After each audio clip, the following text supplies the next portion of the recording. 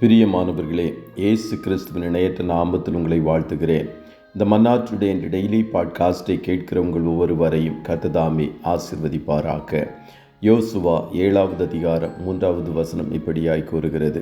யோசுவாவினிடத்தில் திரும்பி வந்து அவனை நோக்கி, ஜனங்கள் எல்லாரும் போக வேண்டியதில்லை, ஏறக்குறைய 2000-3000 பேர் போய் ஆயியை முறியடிக்கலாம்.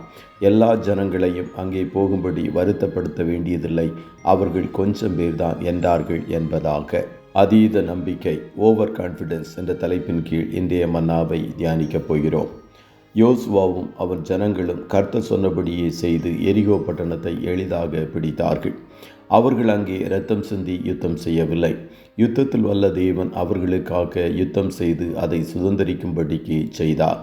அடுத்ததாக அவர்களுக்கு முன்பாக ஆயி பட்டணம் காணப்பட்டது. யோசுவா தேவனிடத்தில் ஆயியை பிடிப்பது எப்படி என்று ஆலோசனை கேளாதபடி எரிகோவில் எளிதாக கிடைத்த வெற்றிய நிமித்தம் மிதமிஞ்சிய தன்னம்பிக்கையோடு சில வேவுக்காரரை அந்த பட்டணத்திற்கு அனுப்பி வேவு பார்க்கும்படிக்கு செய்தான்.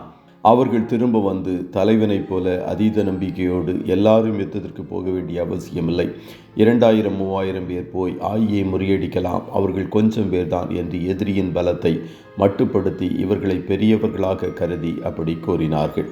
அவ்வாறு அவர்களில் ஏறக்குறைய 3000 பேர் யுத்தத்திற்கு போனார்கள்.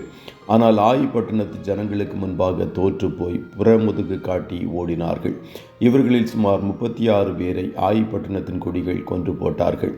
அதீத நம்பிக்கை தோல்வியை கொடுத்தது. அதுபோல சிம்சோனும் கர்த்தருடைய ஆவியானவர் தன்னை விட்டு விலகினதையும் தன்னுடைய பலத்தை இழந்ததையும் அறியாமல் மிதமிஞ்சிய நம்பிக்கையோடு எப்போதும் போல பெலிஸ்தியர்களை உதறிவிட்டு செல்வேன் என்றான்.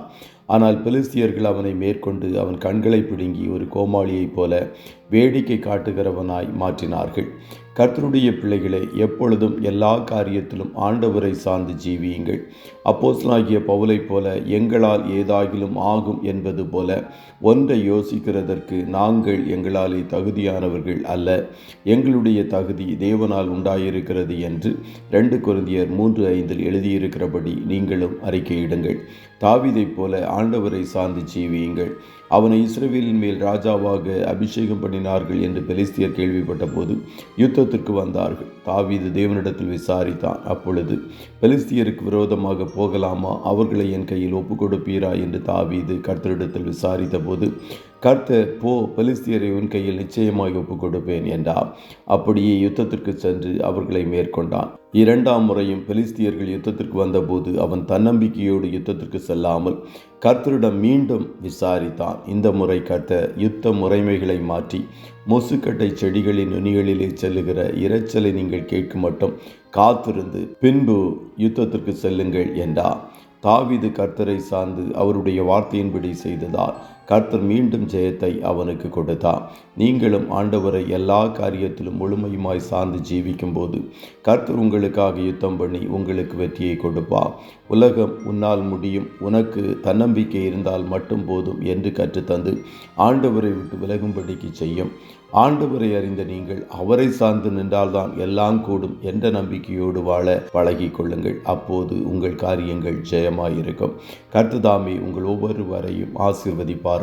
ஜெபம் செய்வோமா? நல்ல தகப்பனை, உம்மை நன்றியோடு துதிக்கிறோம். இந்த மன்னா டுடே இந்த டெய்லி பாட்காஸ்டை கேட்கிற முடிய பிள்ளைகள் ஒவ்வொருவரையும் கர்த்தர் ஆசீர்வதிப்பீராக. அப்பா, நீரே எங்களுடைய நம்பிக்கை. நாங்கள் எப்போதும் உம்மை சார்ந்து ஒவ்வொரு காரியங்களையும் செய்ய கர்த்தர் எங்கள் ஒவ்வொருவரையும் பழக்கப்படுத்தும் என்று சொல்லி ஜெபிக்கிறோம். என்னால் அன்றி உங்களால் ஒன்றும் கூடாது என்று கற்றுக் கொடுத்தீரே. நாங்கள் உம்முடைய வார்த்தையை நம்பி உம்மையே எப்பொழுதும் சார்ந்து ஜீவிக்க எங்களை அர்ப்பணிக்கிறோம். இன்றைய தினம் உம்முடைய பிள்ளைகள் கையிடுகிற வேலைகளை ஆசீர்வதியும், போக்கிலும் வரத்திலும் உடனிரும், கண்மணி போல காத்திருளும். நன்மையானவைகளை பேசுகிற இயேசுவின் இரத்தத்தின் பாதுகாப்பிற்குள்ளாய் ஒவ்வொருவரையும் கொடுத்து வாழ்த்தி ஜெபிக்கிறோம் நல்ல பிதாவே. ஆமே.